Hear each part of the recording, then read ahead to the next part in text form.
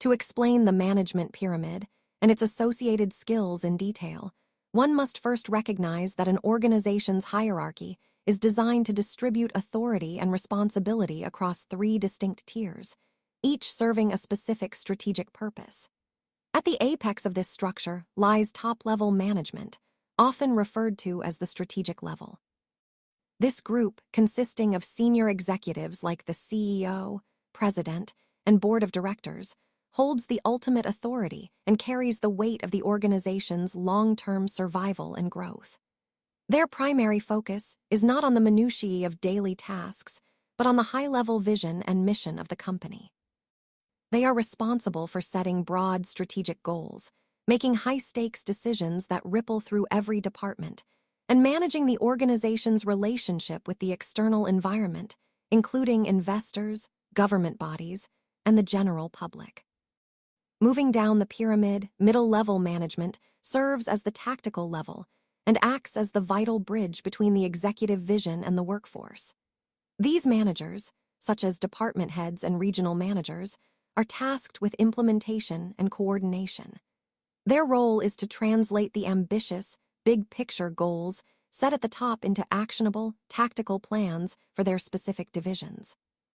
This involves the complex work of allocating resources and budgets, monitoring the performance of first-line managers, and ensuring that communication flows effectively both upward and downward.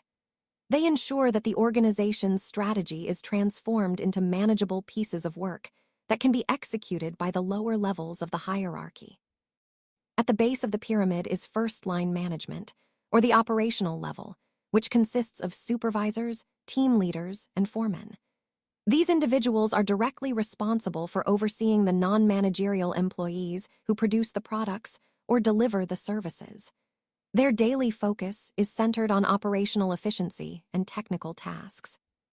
They assign specific duties, ensure that quality standards and production deadlines are met, and handle the immediate grievances or technical problems of the staff.